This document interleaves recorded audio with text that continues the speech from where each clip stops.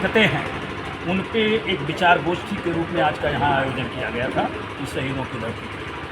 Sir, Chandauli में आपका संख्या बहुत कमजोर दिखाई दे रहा है और संख्या बल नहीं है, इस पर क्या कहना है? देखिए, संख्या बल आज विशेष तौर पे कुछ बुलाया नहीं गया था। आज सिर्फ उन विशेष कार्यकर्ताओं को यहाँ आमंत्रित किया गया था कि वो आएँ और जो इस समय मौजूदा ज्वलंत समस्याएं हैं उनको सीख देते हुए क्षेत्र में छोड़ा जाए और वो जाकर के घर घर इसकी तैयारी करें। आज का सिर्फ इतना ही रोल था। सर, आपका चंदौली में तो किसान बड़े कमजोर कार्यकर्ता है, इस पर क्या कहना है? देखिए, हमारा किसानों का संगठन तो ना कहीं कमज़ोर है और हम इस बात को मानते ही नहीं कि किसान और किसान का संगठन कमज़ोर है। उसके कुछ लोग कमज़ोर हो सकते हैं जो कमज़ोर मानसिकता से काम कर रहे हैं। और किसानों के यहाँ संगठन बहुत भारी है, इस पर क्या कहना है? देखिए, जो काम करेगा और आंदोलन करेगा और किसान हित की बात करेगा वो कहीं ना कहीं अपनी मजबूती बनाएगा। और एक बात आपको कह दें कि आज की डेट में कुछ झूठ का भी बोलबाला है।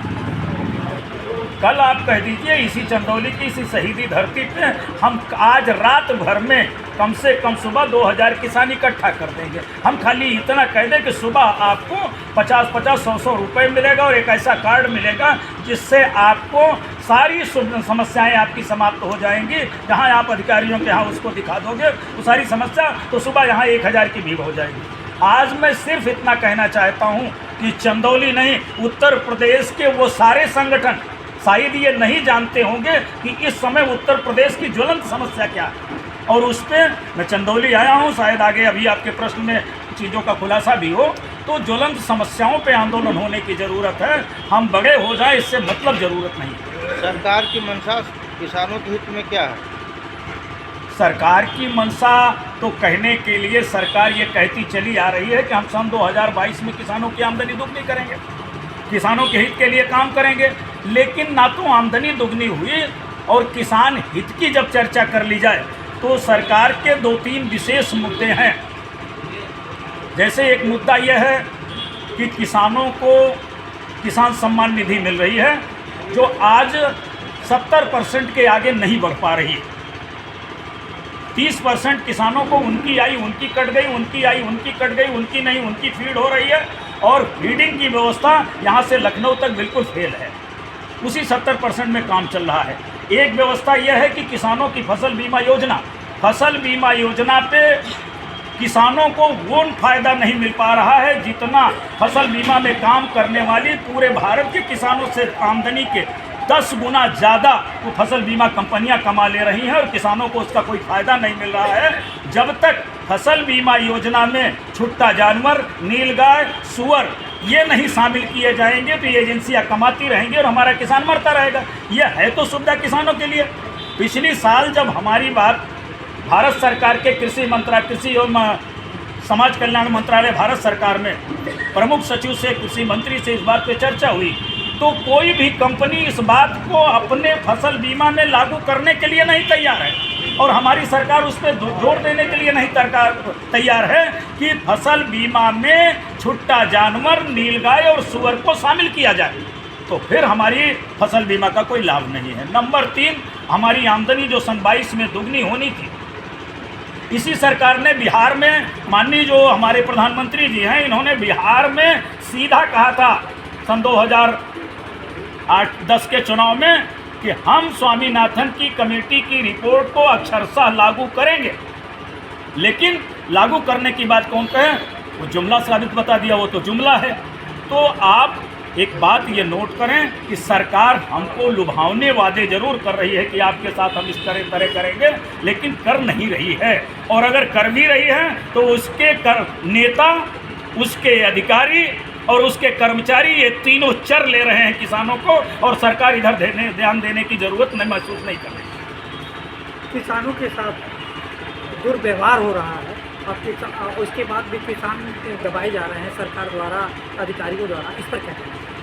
देखिए, जब सरकार ही लग जाए कि हमको किसानों को दबा देना है तो उसके अधिकारी इस बात को जरूर महसूस कर लेते हैं कि हमारी सरकार चाह क्या रही है। सीधी सी बात है, जब उत्तर प्रदेश का एक ऐसा मिनिस्टर, हमारे 2 पुराने साथी जिनसे शायद अभी हम लोग आमने सामने परिचित भी नहीं हो पा रहे हैं, 2 बार मुलाकात हो चुकी है। मैं धोती कुर्ते में आज नहीं हूँ, मैं पैंट शर्ट में हूँ, इसलिए शायद कमांडर भाई जमुना सिंह जी, जो हम लोग पहले भी मिल चुके हैं आंदोलन में, भाई मुन्ना सिंह हैं हमारे साथ पुराने आंदोलन के साथी, दीनानाथ भाई तो हैं।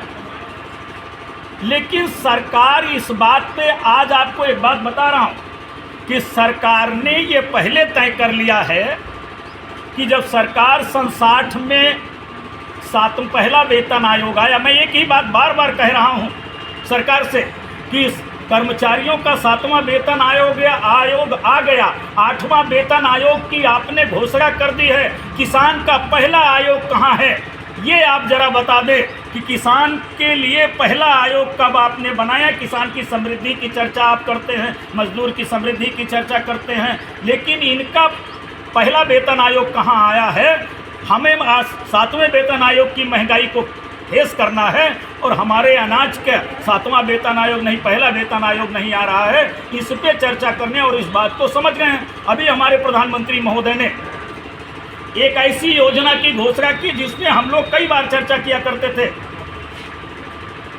स्वामित्व योजना की उन्होंने घोषणा कर दी।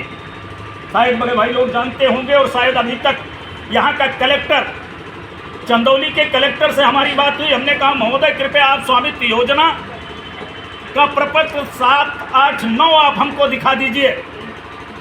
तो कलेक्टर बगल झांकने लगे, भाई दीनानाथ जी बैठे हुए थे, सारनाथ जी बैठे हुए थे, कलेक्टर बगल एडीएमई की तरफ देखने लगे। उस स्वामित्व योजना में जिसमें पहली बार उत्तर प्रदेश के 35 जिले लिए गए, जिस 35 जिलों में प्रचार प्रसार के लिए 224 करोड़ रुपया दिया गया और उस 224 करोड़ रुपए सीधा डकार लिया पंचायती राज मंत्री ने और उस पंचायती राज मंत्री को गोल्ड मेडल मिल गया। और गोल्ड मेडल देने के बाद ये सन 2020 में हो गया, 24 में घरौनी बांट रहे हैं। प्रपत्र 7 और 3, 7, 8, 9 किसी किसान को दिया नहीं गया है। आज इस मंच के माध्यम से मैं कहना चाह रहा हूं कि माननीय प्रधानमंत्री महोदय, बजाय किसी तरफ देखने के आप अपनी घोषणा की हुई स्वामित्व योजना की तरफ देख ले। जिस तरीके से आपके अधिकारियों ने भ्रष्टाचार किया है, आपके मंत्रियों ने अनदेखी की है हमारे हितों की, आने वाले समय में जब आप घरौनी बांट रहे हैं, किसी ग्राम सभा में भेजा गया 23,000 रुपया नहीं पहुंचा, फिर अभी 10,000 रुपया आपने प्रचार प्रसार के लिए दिया, नहीं पहुंचा, और आपकी घरौनी में इतना बड़ा घोटाला हुआ है कि किसान आने वाले समय में जब घरौनी बंटेगी तो वो मार काट करेगा, पुलिस वाले FIR नहीं लिखेंगे। और तो और प्रधानमंत्री जी, उनसे आप ये चैनल दिखा दीजिए, कोई ऐसी अदालत नहीं अभी तक बनी है जो घरौनी का मुकदमा सुन ले कि मेरी घरौनी जमुना सिंह के नाम दर्ज कर दी गई है और जमुना सिंह का बना 2 बीघे में मकान 2 विषय में दिखा दिया गया है। वो शिकायत करने जाए तो कोई अदालत ऐसी नहीं है जिस पे वो कर दें। और इस पे उत्तर प्रदेश के 35 कलेक्टर अपना हाथ खड़ा कर चुके हैं और कह रहे हैं वर्मा जी कोर्ट जाइए। पूरा जियो मेरे पास रखा हुआ है, लेकिन सारे कलेक्टर जवाब देने की पोजीशन में नहीं। नंबर 2, मैं आज अभी कहना चाहता हूँ कि एक और योजना सरकार की चल रही है, अंश निर्धारण। शायद आज ये चर्चा नहीं है। अंश निर्धारण में हर किसान को प्रपत्र 3 सरकार की तरफ से मिलना है। जो हमारे अधिकारी हैं, किसी किसान को प्रपत्र 3 नहीं दिया गया और अंश निर्धारण आपके सामने आपके कलेक्टर ने कह दिया भाई दीनानाथ जी के कि वर्मा जी अंश निर्धारण तो हमारे ज़िले में पूरा हो गया। हमने कहा एक प्रपत्र 3 आप हमको दिखा दीजिए कि जो आपके किसान को मिला हो और किसान ने भरा हो, भाई हरबंस सिंह जी ने भरा हो कि हमारे 4 बेटे, हम पिताजी के 2 भाई थे, एक के 3 लड़के हैं, एक के हमारे अकेला लड़का है, इनका इतना शेयर बनता है, इतना इनका शेयर बनता है, और इस पे इनके आधार कार्ड हो, इनका मोबाइल नंबर हो, चूँकि ये रिकॉर्ड मुहाफिज खाने में रखा जाना है। ऐसा किसी किसान को प्रपत्र 3 मिला नहीं है। और अब आप भाग के जाइए SDM के यहाँ मुकदमा करिए और लेखपाल से रिपोर्ट लगवाइए और पता चलेगा आपका 4,000, 5,000, 3,000 रुपया जाए।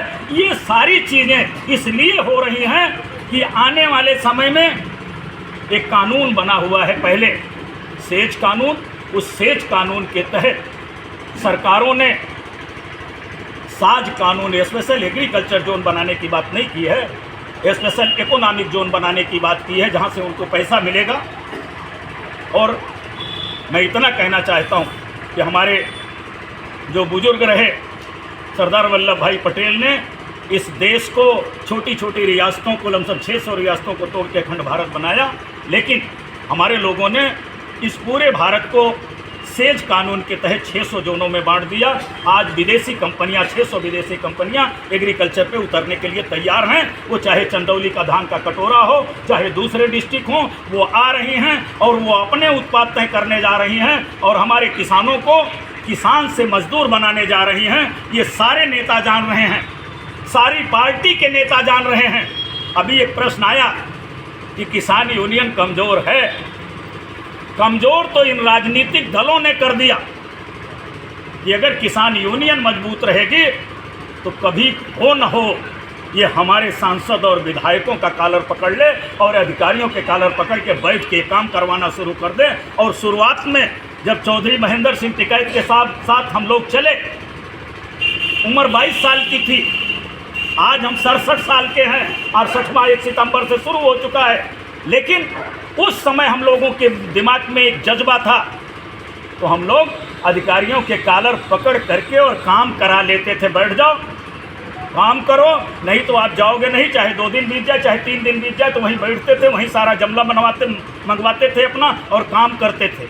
लेकिन आज उस समय एक और सीख हमारे लोगों में थी कि हम लोग जब आंदोलन करते थे तो अधिकारी हमारी गोद में बैठा करते थे, और आज एक फर्क हो गया है कि हमारे लोग अधिकारियों की गोद में बैठना शुरू कर दिए हैं। इसलिए हमारी बात कमज़ोर हो रही है, हमारे लोगों को दलाल कहा जा रहा है, वरना ना हमारा किसान दलाल है, ना हमारा संगठन दलाल है।